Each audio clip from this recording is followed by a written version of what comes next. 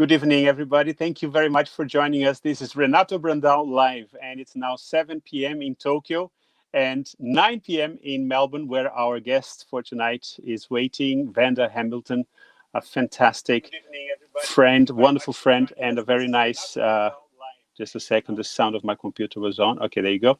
Vanda Hamilton is a community lawyer, and she'll be talking to us about her work, but also about theater, which is the passion we share.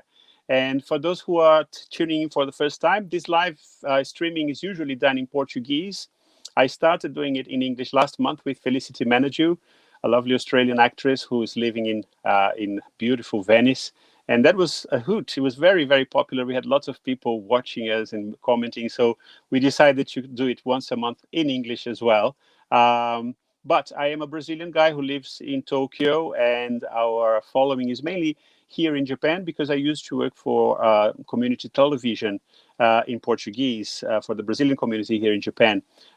We started doing these lives earlier this year because of the pandemic, and it was kind of a way to, get our attention away from the pandemic, because a lot of people were quite depressed, and as it's affecting people's work and livelihoods and stuff like that. So for a while we were quite scared, and my friend Milton Muranaga from Nagoya and Lincoln Saiton, who is in Brazil, in Belém do Pará, those two great friends who I've been working doing television for more than 20 years together with them.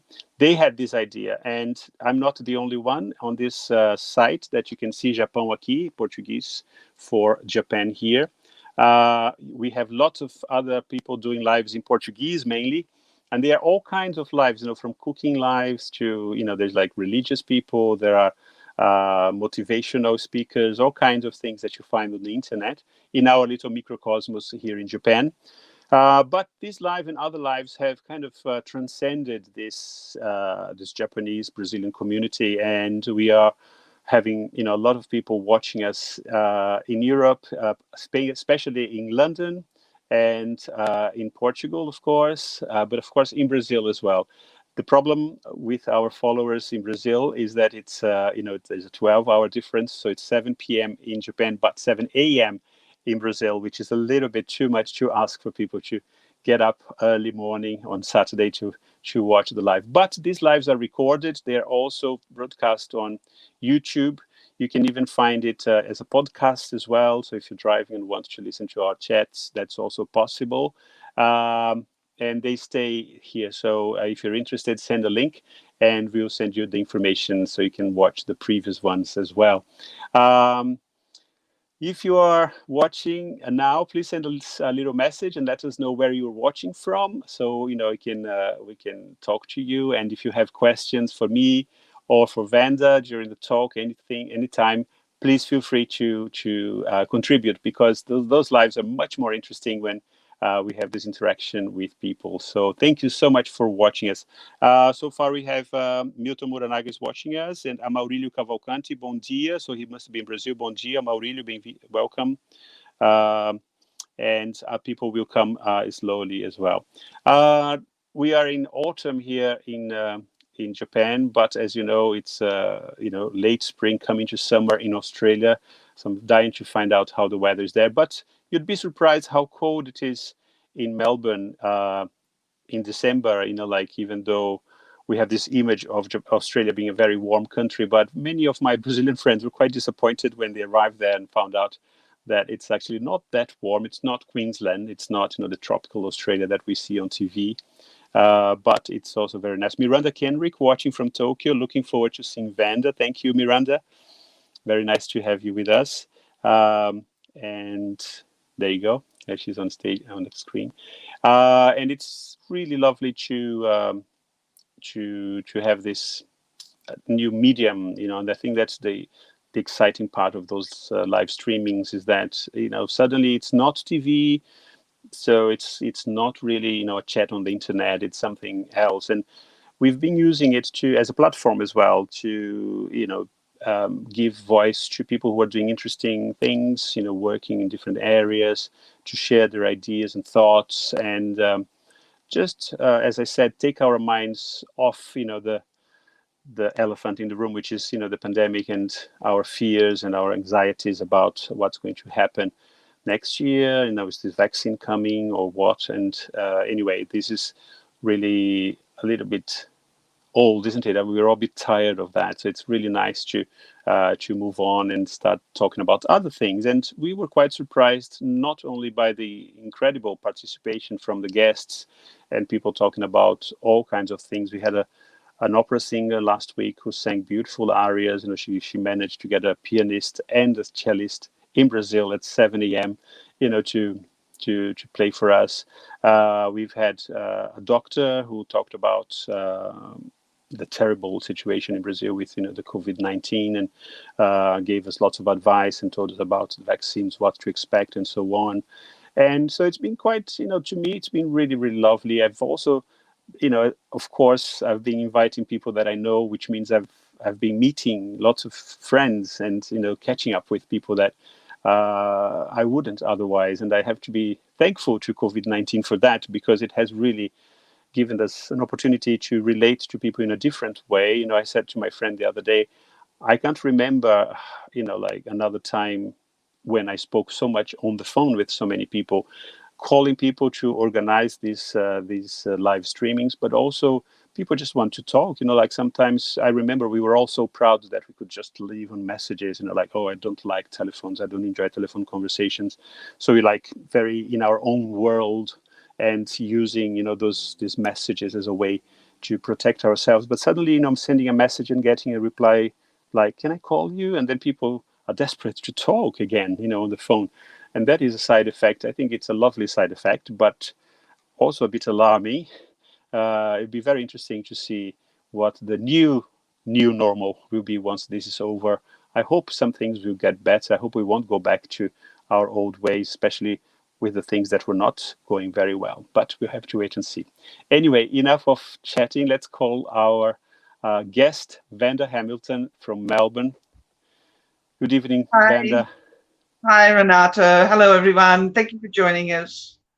Oh, so nice to see you, and I'm so glad that you accepted. So thank you very much for talking to us. I think having your participation is such a bonus, because you are a lovely person. And we were on the phone the other day, and when I looked at how long we were talking, it was like an hour, and that went like this, didn't it? So I'm sure it will be the same today. So let's start from the beginning. We met such a long time ago. We're not going to say how many years, but let's just say it was sometime in the 20th century.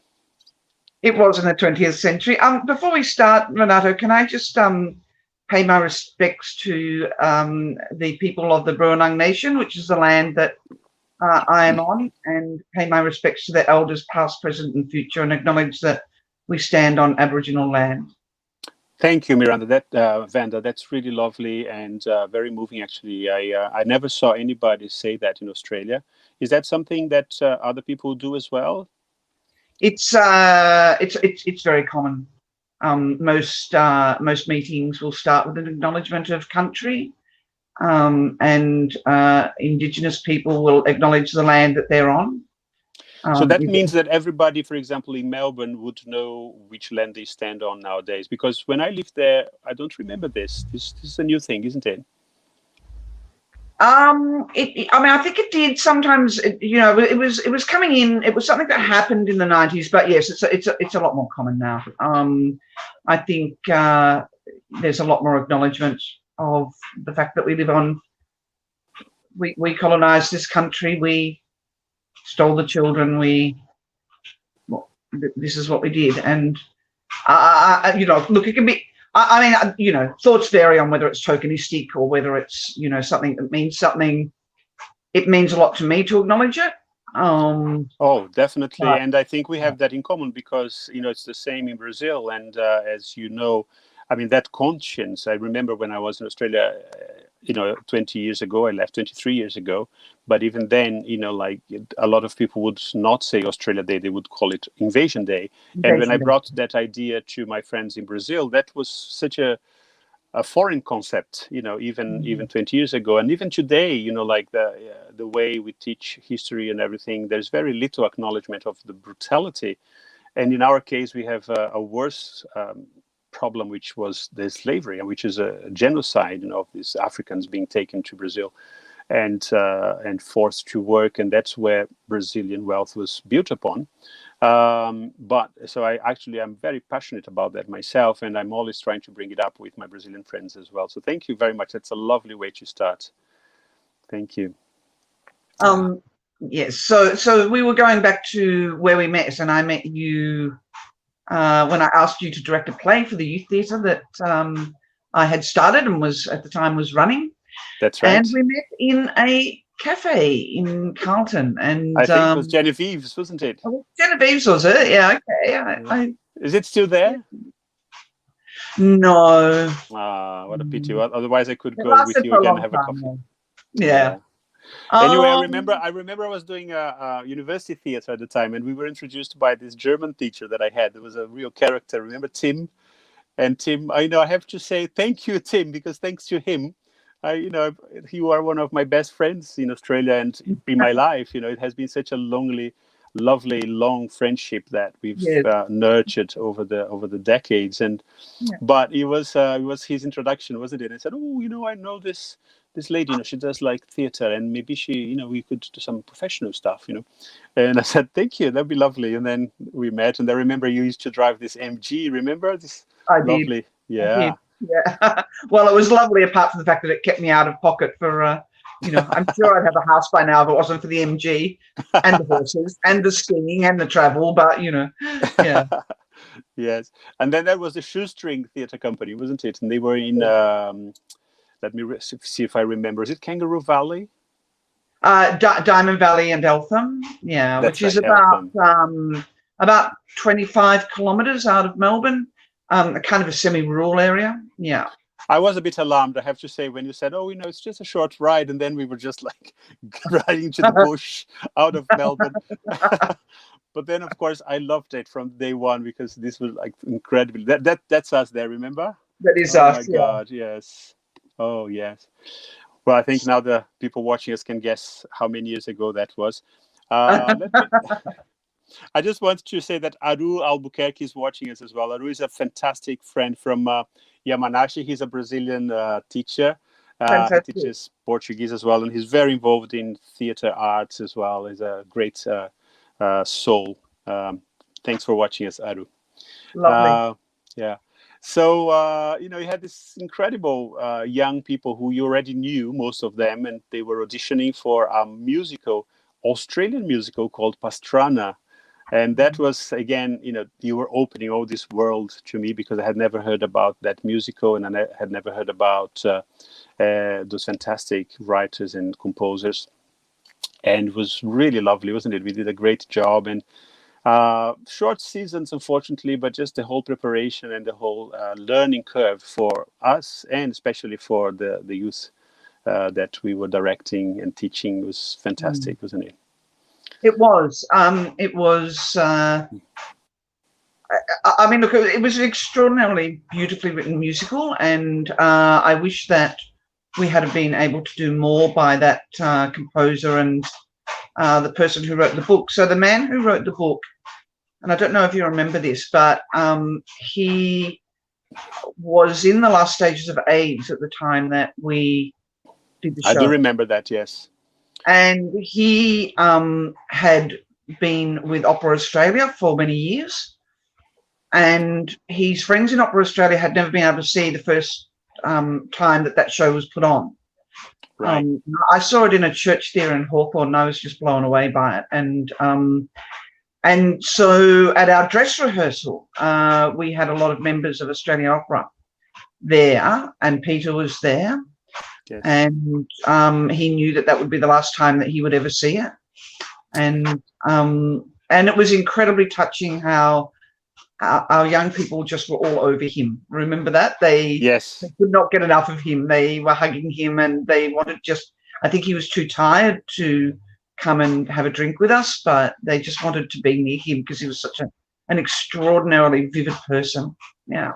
That is very moving, and it's so sad because, had it been for a few more years, he would not have died, and that is the irony, because I also lost many other friends in Brazil and in London. That people were dying everywhere, Yeah. from AIDS or from the wrong treatments that they were receiving for AIDS at that time. And it was just a matter of a few years, and they would be with us. But anyway, it was lovely that he had that that experience of watching it one last time and having young people acknowledging and embracing him. That was really lovely.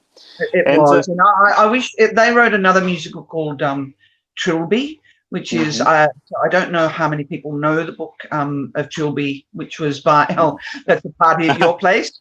It's, yes, there's Cameron and Kate. Yeah, Kate now and living me. in Amsterdam, and Cameron is in the US now, so we are all scattered. That's just actually when I first saw that photo the first time, I thought I was fat. That's how bad my body dysmorphia used to be, and now I am fat, and I know what it's like. Trilby is a book by George de Muria, and it was a very popular book in I think Edwardian, and that's where Svengali comes from. So Trilby, it's actually quite an anti-Semitic book, actually. Svengali in the original was very obviously meant to be Jewish, although it's an Italian name. And Svengali hypnotizes this woman. And it's only when she is under hypnosis that she can sing beautifully. She's an artist model. Trilby, the hat Trilby actually came from the stage production of that. The designers designed this hat, and it became popular. The Trilby. Anyway, Peter and Alan wrote a beautiful musical, beautiful done, and it really is a shame how many Australian musicals just get put on ice because there's no funding for them. Okay. Well, I think, what was coming back to our meeting, was very interesting because we grew up in such different countries, I think Australia and Brazil are, as different as they get. And yet we had so much in common, and our friendship kicked off, from day one. And it was just, we had so much in common. I think, your passion for the theater, of course, was the first thing. And I remember that, coffee we had, just we talked about theater nonstop. And then after that, I realized you were also, still working as a journalist in those days, weren't you? And you had worked for a long time in the community papers, and you're very passionate about issues. And I was too, and I still am, and sometimes too much, and I get very involved in politics, and that's another thing we have in common as well. But it was so interesting that, we could, I found, meeting you was really a relief, because I don't know if you remember, but I had been in Australia for about a year by the time we met, and I had broken up with my Australian partner. I was deciding whether I should stay or not, and I wasn't feeling quite, I wasn't fitting in Australia very well. And meeting you was fantastic. I'd like to thank you, for showing me another Australia, and then making me fall in love with Australia all over again in a different way, in a very in a way that was much closer to me, than, if you remember, I was my circles then were Melbourne University and the Melbourne Symphony Orchestra, and I had my accent. So wanky, Renato, so wanky. But no, it's true. I felt I had an accent. I didn't really, I was people probably thought I was such an arrogant little shit because I was trying to sound British in Australia, which is never a good idea anyway. And then, I had been to London, of course, and, I was working in this expensive restaurant and all of that. So I was kind of trying to fit in the wrong way, because that was not who I was. I was a working class boy from Brazil, basically, and it took me a long time to acknowledge that. But then meeting you and then seeing that, you had the same values that I did, and the people that we met were not rich either. They were living the outskirts of Melbourne with lots of, difficulty and struggles and all of that. And then listening to the stories you told me from the newspapers, I remember there was a lot about preservation as well, because at that time, around Eltham, remember a lot of the land was being, construction was going on, wasn't it? There was the fires and all of that. So I remember that there was always this passion about this other Australia that I had no idea about. So it was such an education, wasn't it? That, that just during those few months that we were going to Eltham how many times? Once a week or something? Twice a week, wasn't it? A few times a Uh, week. Yeah. yeah.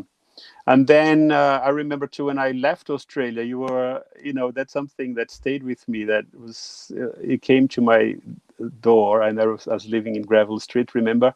And you were very angry, and you said, you can't just leave, just like, changing countries like that, blah, blah, blah. Do you remember that?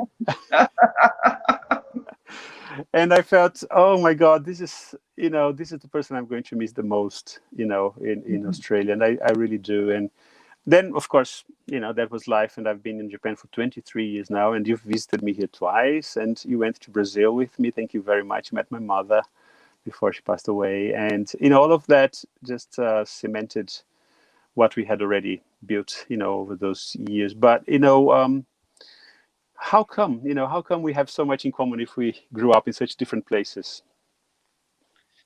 Well, I mean, yes, we've talked about that. So both coming from working class families. So my dad was in the army, and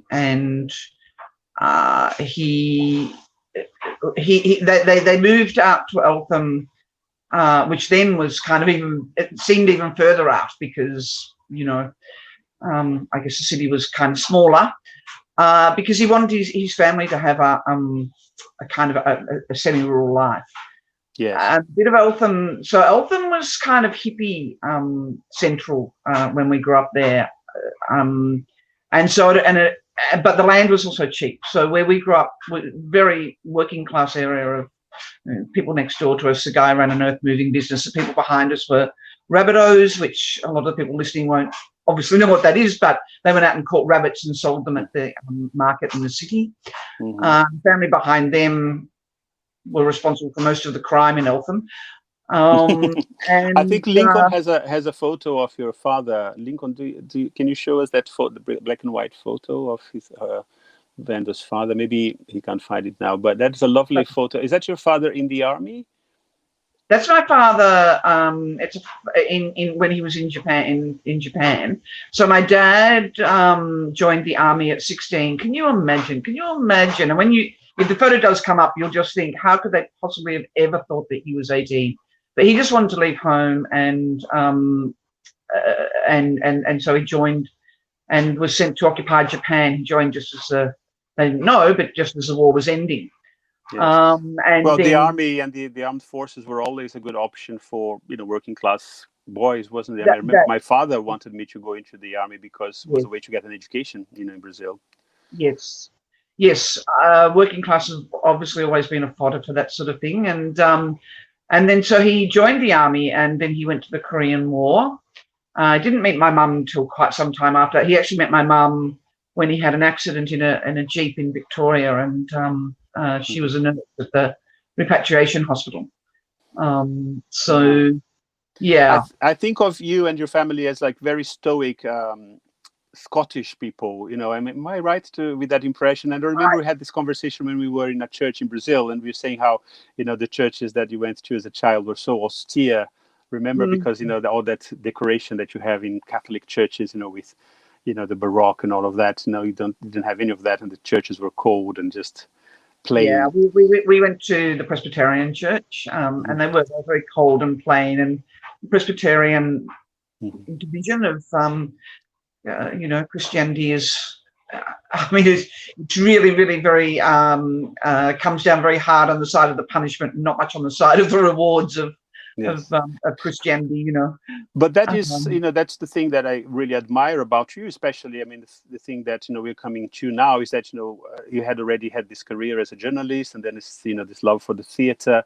And then you decided to go back to school and study law, which is, you were not very young then, you were in your 30s, weren't you? And you decided to do that because you really wanted to help people. So there is, this element in you that I always found quite, well, I like to think that I have that as well, but not with the same, rigor, and the same kind of, I think it's austerity as well. But I was trying to be, I think, going to England from Brazil and then coming to Japan as well. My whole life I've been trying to shape up and not be a lazy Latin Brazilian boy, because that, we kind of grow up, with this inferiority complex, and it actually came back last week as well, we had Yuka Almeida Prado, the soprano, and she's Japanese Brazilian, and she was talking about how to be a singer you need discipline, and all of that. And by the way, Yuka is watching us now. Nick Atwood is watching us from London. Hello, Nick. And Ayako Kawase, one of which is watching us, is a teacher here in Tokyo as well. Thank you very much for watching us. But this thing about trying to train myself, coming from Brazil to London was a shock because discipline is so different. The notion of discipline, and has to do with this Protestant work ethics and all these different approaches to life, and like the image we have of Latins being a little bit lazy, a little bit too laid back, is not totally wrong. There is that difference that in general terms about characteristics about people, but I think that might have been also what I felt very attracted to, because I felt that you were so serious. You were doing all this very interesting, but you had this kind of sense that you needed to help people, you needed to look after those who don't have a voice, and the socialist approach as well, that I also feel very strongly about, and that we can't just stay indifferent to what we have watched, and especially if you work as a journalist and you know how things work and you uncover stories and you see exploitation happening and all of that. So was that what made you go and back and study law? Is that the main kind of motivation for you? Look, I mean, I guess just to go back to that sort of, for people who don't have a voice, it's not so much about people who don't have a voice, it's people whose voice isn't privileged. And I think that one of the things I was aware of, I mean, I left school when I was 16. Right. So not, I don't have that type of privilege of, that a lot of people who go into law do, having been to a private school and having the right connections and all those sorts of things. I was extremely lucky to get into Melbourne University Law School because I didn't even have my year 12. You're being modest as well. I mean, you're brilliant, and you had all this writing. No, you are. I mean, you have written incredible articles. I read your articles before you got to university. Yeah. And, you are a writer, you're a natural, you're very eloquent, and I'm sure that's what helped you get into but rule number one in life, Renato, better to be lucky than good sometimes. But, yes. It's not, I mean, yes, I want to help people, but I think what drives me more is, and I don't think this is necessarily positive, is just anger. From when I was very young, I think I just had this anger about the lack of justice, the injustices, even as a child, that I saw. I mean, I was not a particularly nice child. I'm not a particularly nice person. I was not a child that liked other children. I didn't like being around people at all. Books and animals were about all I could handle. And I found school incredibly stressful. I kept on thinking, actually, if this year had come when I was at school, I would have been in absolute heaven. And I don't know how I would have actually gone back to school, because I found just the injustices towards animals, the injustices towards people. My father knew quite a few Indigenous men who, women, men with Indigenous wives, and they had met their wives on army bases up in the Territory, and he and my mother, as a family, would go and visit them, and they were invariably in what we used to call housing commission houses, although not always. Sometimes they're also in army houses. But, one of the things, and I would hear my parents talking about it, was that they were some of the few people from the army who would actually go and visit them. And there was a palpable sense from, I think, my father in particular, of just anger about that. And so I think that's where it came from. I think. Yeah. How do you know? And I understand that. I mean, my mother, I got that from my mother as well. She had a very, very, very strong sense of you can't watch injustice and not do anything. And I learned that from her. And she, and that's because she felt very injusticed, as a child, and she felt that the people with privilege were indifferent to the injustices that she saw as a child, and growing up as a working class girl who became, an orphan very, very young, and all of that. And I feel the same. But that anger, I suppose you still have it very strong today. You are a lawyer. You work with community law, so that you're helping people who cannot afford a lawyer. How do you feel that that has changed? Do you feel like you're making a difference? Look, so I don't know that I'm organized enough to make a difference in the sense of an overall change to society. I can contribute. People quite often ask my opinion a lot on things. I'd like to be a lot more driving in the sort of change, structural change that comes about. But I just quite often get caught in the minutiae. And we have a lot of clients. I mean, Friday, I literally spent probably from 9:15 to 6:15 on the phone. I barely took a break. I mean, there are just so many people. And who are these clients? Could you tell us a little bit about? I know, respecting privacy, of course, but our clients are people. We have programs in a couple of prisons. Our clients are people in prison, ex-prisoners, people who are caught up in the mental health system, either as compulsory patients or non-compulsory, but still caught up in that system. Homeless people, people living on the edge, people living on the margin, very much. So, I mean, you talked about sex workers as well, and I'd like to kind of know a bit more about that. I mean, to me, looking from the outside, it looks like Australia is so advanced compared to Japan. Where sex workers are not even acknowledged. It's not something that exists officially, but of course it does, as it does in every single country in the world. And I hear stories that are absolutely shocking about, rent boys working off, a little apartment in Shinjuku or in Shibuya even, and people can find those things very easily now on the internet, and they go and pay this pimp, and on the pimp gives this money. These boys are, university students or whatever, and they're working for men and for women. And then, of course, women now, last year, there were stories that are coming, as I was telling my friend last week, Yuka, about the news in Japan. We often, find out about the news in Japan from the foreign media, because the Japanese media is very good at censoring by omission. So we don't really read about those stories very often in the mainstream media. But even in the English media published in Japan, like the Japan Times and so on, stories come up. And there were horrible stories during the pandemic because, for example, a lot of the women who work as sex workers in Japan, they are in that job simply because they became single mothers. And then for single mothers, it's pretty much impossible, to fit into society again. So to make ends meet, they start working as sex workers. And then, of course, the first thing that stopped with the pandemic was the demand for sex workers, because people were scared or whatever. So they were basically starving, and how does that compare, with Australia? How is the situation of sex workers in Australia? Is that pretty much the same, or they have a little bit more support from the government? Is there a structure that looks after them? There's different laws in each state, but I think I'd be right in saying every state now, sex work to a certain extent is legalized.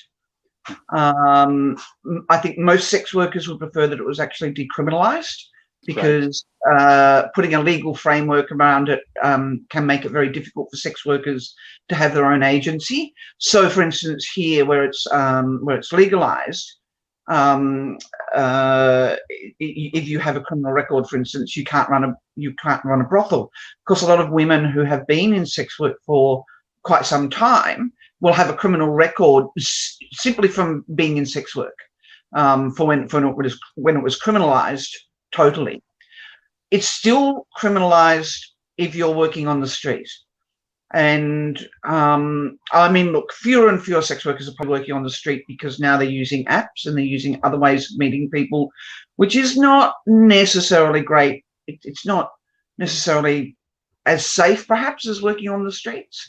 And I know that sounds a bit oxymoronic, but at least when you're working on the street, your fellow workers and you have spotters looking out for what you're doing, taking down the number plates of people who are picking you up, men who are picking you up, all those sorts of things that can make things a little bit safer.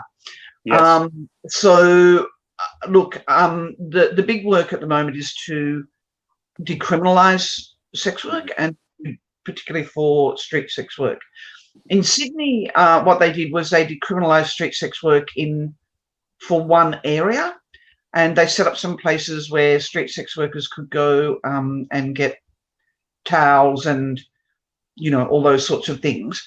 Yes. In St Kilda, which is the highest area of, well, used to be the highest area of street sex work, that's moved a bit to some other places, but there are agencies that have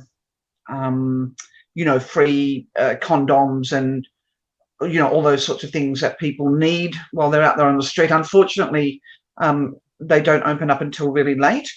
I have seen some fantastic places in other countries that do open 24 hours, for instance. And there's actually a place in Vancouver where I went to for a conference with a group of lawyers that Open Society got together. Yes, actually, I did the research on that site. That's it, isn't it? OpenSocietyFoundations.org. Very, very interesting if people are interested in that subject, because it's a global movement of lawyers, especially, but people who are working to just understand, that situation a little better and make it a little fairer, especially for as you said, for those people whose voices are not heard, because they are very much at the edge of society, aren't they? Yeah, Open Society is brilliant. Open Society is George Soros's foundation. George Soros actually a few years ago gave all his money to Open Society. Well, wow. I presume he kept enough to live on, but yes.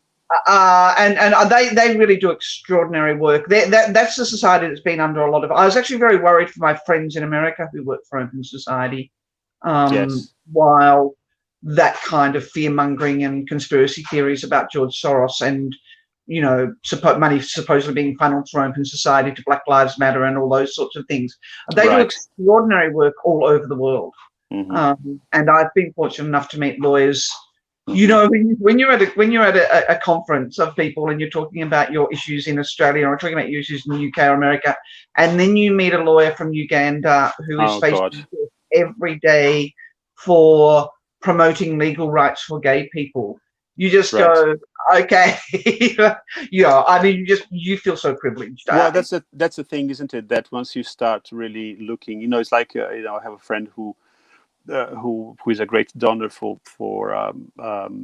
charities, and she did a donation that resulted in a school being opened in a country in Southeast Asia. And she said, you go there and then you just look around and you see that's great, but it was such a little drop in the ocean, isn't it? And that is, but better have these drops in the ocean than none, isn't it? And that's how I feel every day. Otherwise, you just, don't get out of bed, isn't it? You have to believe that, whatever you're doing, whatever work we're doing, even as a teacher, talking to children and bringing up issues and trying to address, the injustices, and is really worth it. I mean, the other thing that so many things you have told me have completely blown up my mind. But, every time we meet, wherever we meet, I just think, what, one thing that I had no idea about was, the drug situation now, because, I'm 55 now. I remember drugs when I was young was like marijuana or like cocaine in Brazil. And then, people like that was really heavy would be heroin. But now the drug problems, as you told me, is very much, legal drugs, and the drugs that the opioids and doctors being involved in making money by, giving those prescriptions so people who are dependent on drugs can go and buy them. Can you tell me a little bit about that? How is that situation now in Australia, and how does it relate to Japan? Because just before we start, a friend of ours died here in Japan recently, and that was a colleague, and we don't know the situation, but it might have been related to drugs, and I found out then that people use Brazilians use drugs in Tokyo, and the image I have, I mean, maybe I'm very naive, but the image I have of Japan is that drugs are such a big no-no, and especially as a foreign, you just don't touch drugs because you just be deported.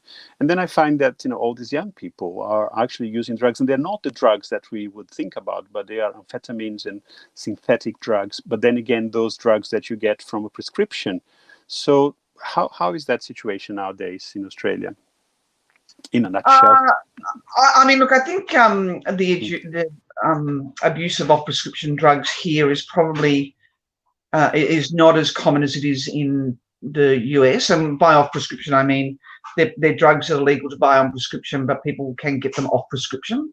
Yes. It's been interesting, the change of drug usage over the pandemic, because particularly here in Australia, because so many of the drugs that people commonly use come in from Asia, and the ships and whatever brings them in simply hasn't been coming in. And it's interesting, there's been a reported rise in the use of marijuana, which seems a bit odd when you think of how people think of people who use heroin and ice, which always seem like much more, I suppose, heavier drugs. Yes.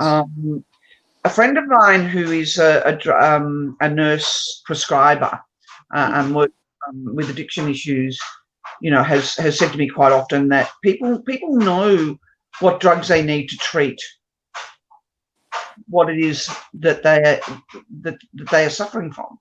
Yes. People who need to dull their pain, whether that's psychic or physical, will find heroin. Yeah.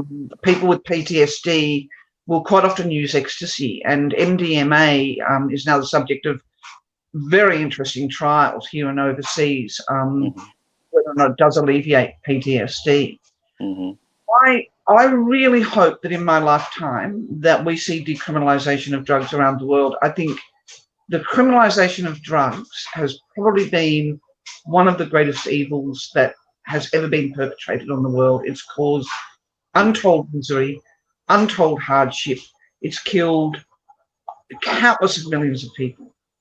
Well, in fact, I look up to Portugal, because in Europe, I think it's the first country that decriminalized drugs, and it was very successful. And I think the model they use there is being studied everywhere, including in the US.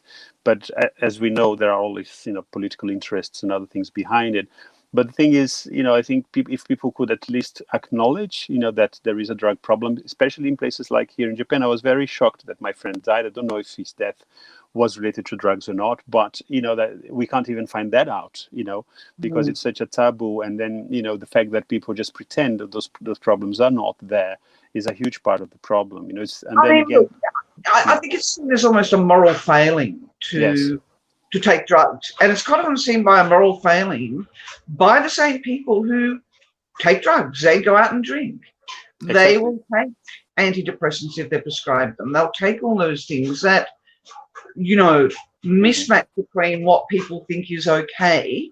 Yes. Not just because it's legal, because the use of it is widespread. Yes. And what is not okay. Yeah. An example is Maradona. Maradona has just passed away, the greatest footballer, of the world. And, of course, everybody knows he had a very serious cocaine problem. But instead of seeing that as a problem, as him being a victim, then immediately on the social media, especially, which is such a poison, isn't it? But people are criticizing him for having a problem with drugs, and that is victimizing the people who are already victims, because the drugs are a huge problem. Same with alcohol. I don't think it's any surprise that an elite sports person or an elite actor or anyone that has spent a lot of their life living on adrenaline is going to take cocaine. Exactly. It's no surprise that people who work in the stock market take cocaine. It's not just about it being something that rich people do. It's often about the sort of people who for whatever reason are addicted to the rush of adrenaline are going to be attracted to cocaine.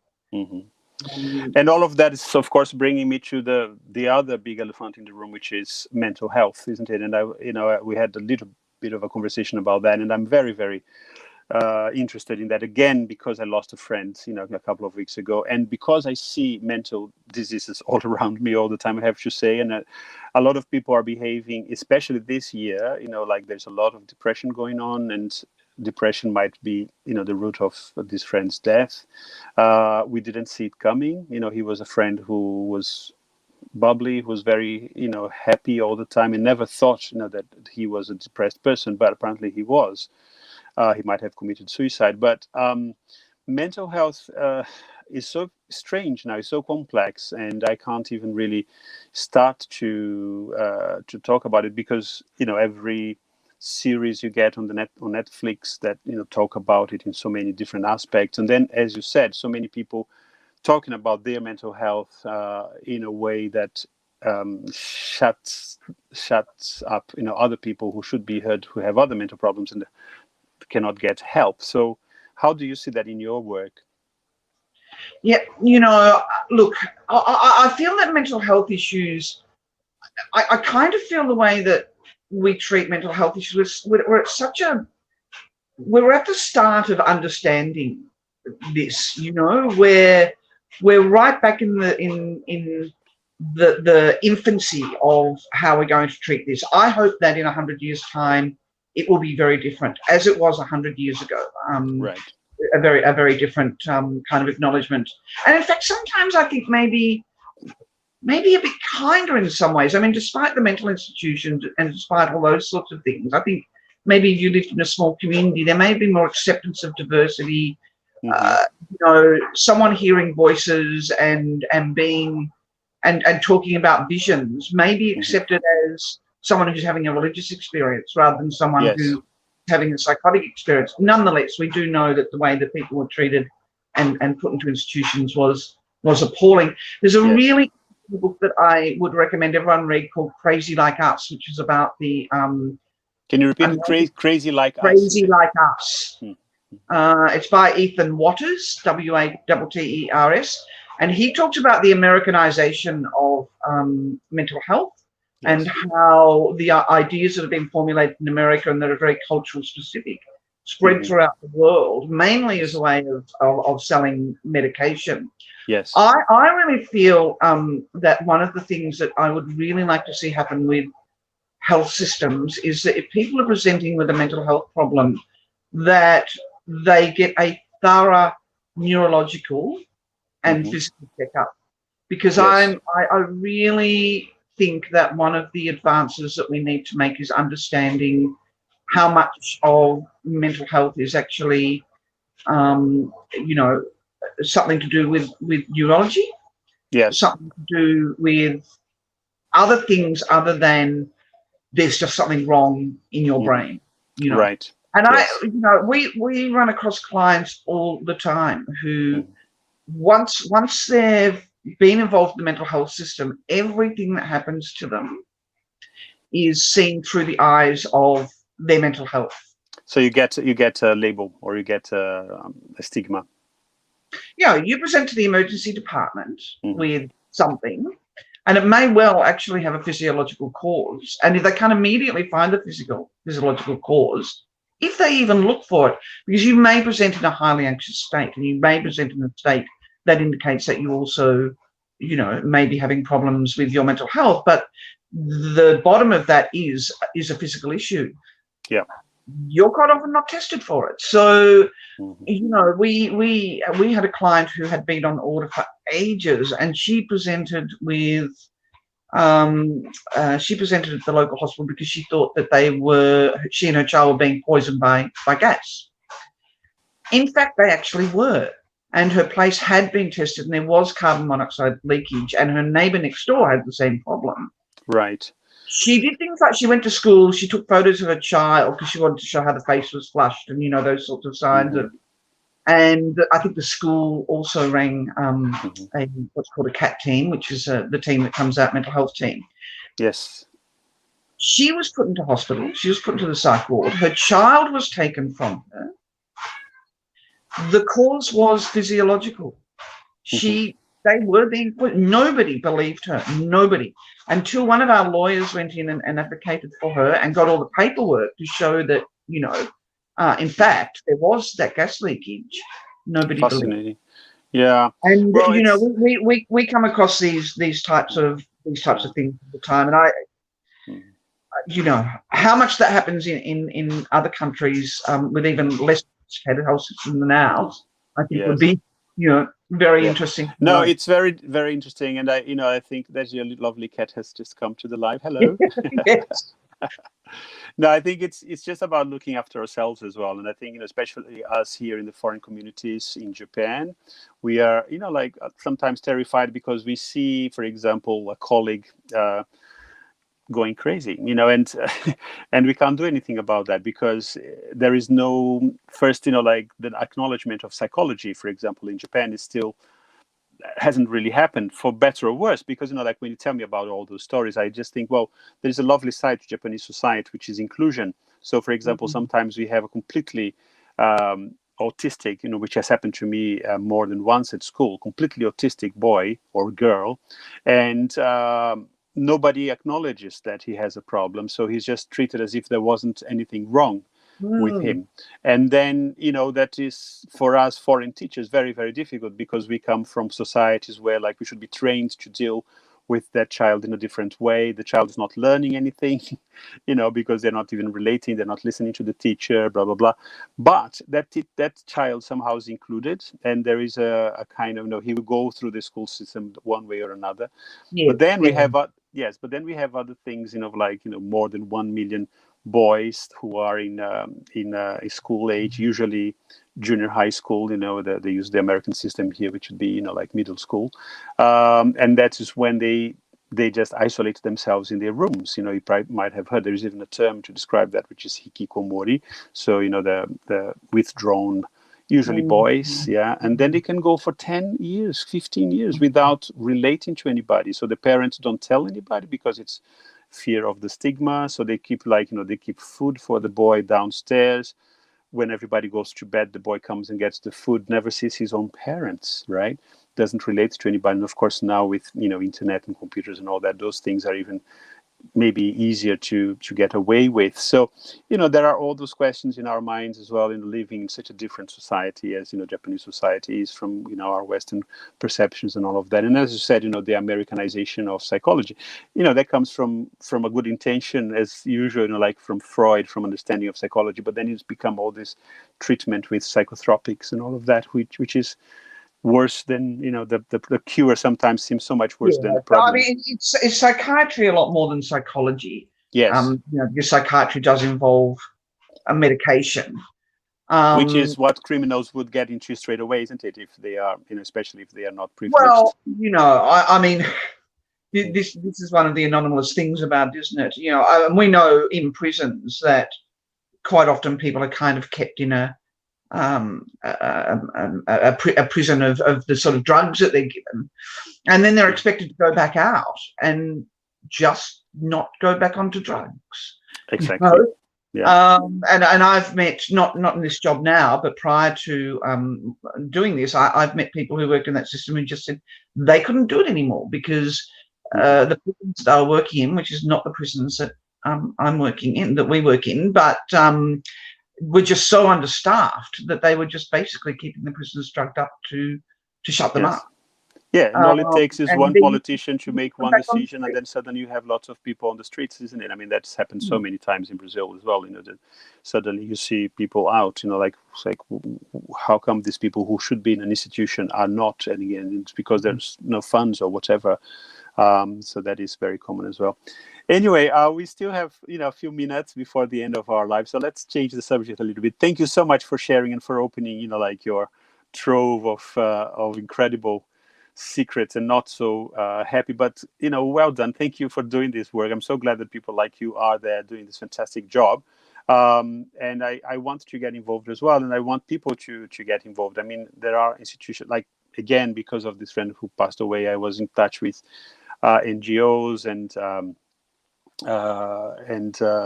other organizations who are kind of trying to help Brazilians living in Japan, because so many of them are very helpless, but also other institutions. And I just think that, just being able to understand a little bit more of the situation is is the first step. But I want to go back to the arts and finish with the arts, because that's where we started.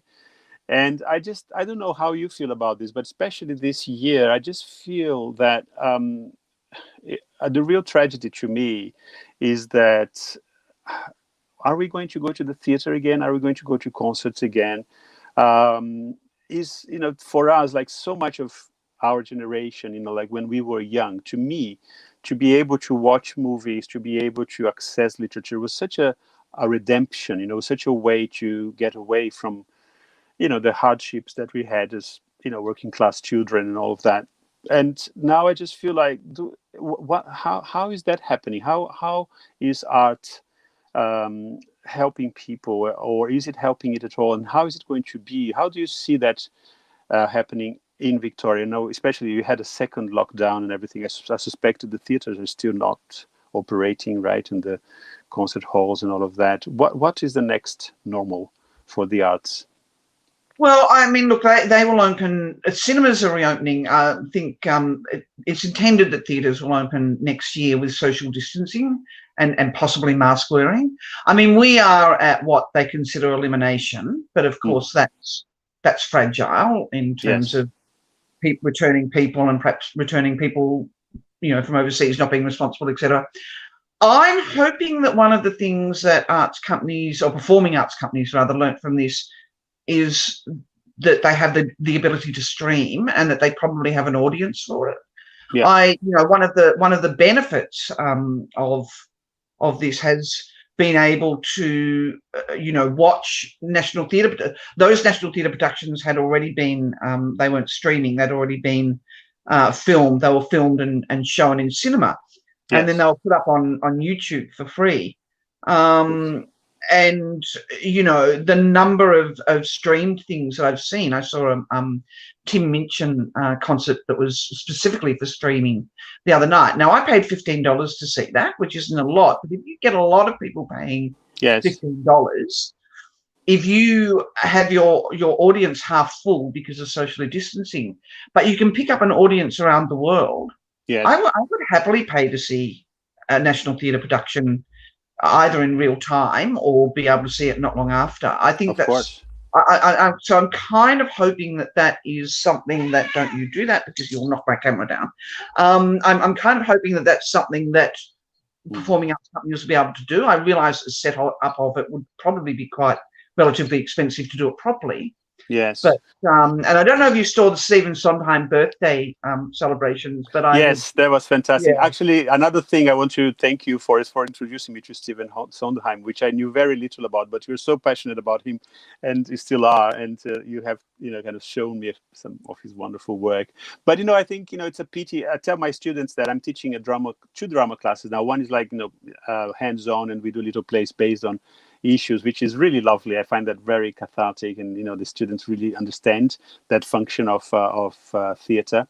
But the other one is just theoretically, just looking at the whole history of theatre from Greece, onwards, and showing them lots of things. And I love that course, and they really appreciate it as well. But like one thing I always tell them is that like from the 80s, when we started having cable television, that's the beginning of the end, in the sense that we are so compartmentalized now, and everybody's watching their own thing. So what we're losing here, and especially this year, is the shared experience. And that was what theater was all about, wasn't it? That you have a group of people that are watching the same thing. Even when we had like the series, everybody watched the same series, and we would go to work the next day and talk, oh, did you see that episode of Seinfeld last night, or whatever. And that is completely gone, hasn't it? Because there was a lovely shared thing going on in the Tim Minchin concert, where people were putting up, there was just constant comments coming in. And people were saying, they were talking about, that someone who had died who was close to them. And there was actually all this chatter going on that you actually wouldn't be able to do at a live production. That's right. So there was kind of another aspect. I mean, okay, you weren't sharing it with people you knew, but there was still, I mean, my heart just went out to so many of these people who were putting up these comments. So I guess that it's people always have this need to share, and they'll find a way to do it. Well, and it's happening in, for better or worse, it is happening in the social networks as well, isn't it? I mean, there's a lot of sharing, but usually it's more like shouting and screaming and swearing and being banned, like we have a couple of times. You have, and I have too. but that is like our way of sharing. But anyway, Vanda, that's we're coming to the end of our hour. I can't believe it; it went so quickly. But thank you so much for talking to us and sharing all these wonderful thoughts. And thank you for being my friend. I hope that we will meet again soon. I was supposed to go to Melbourne this year, and I had to cancel. But fingers crossed, it will happen next year or the year after. I And I hope hope, so. and I hope we can come to Japan again as well. I think so. All Okay. right. Lovely. Well, And thank you for watching, everybody. And yeah, take have a great day or night or whatever stage in the world weekend. you're in. And That's yeah. right. Take care, and I'll see you next time. Okay. Goodbye. Renato Bye. Brandão Live is back next week in Portuguese again. See you.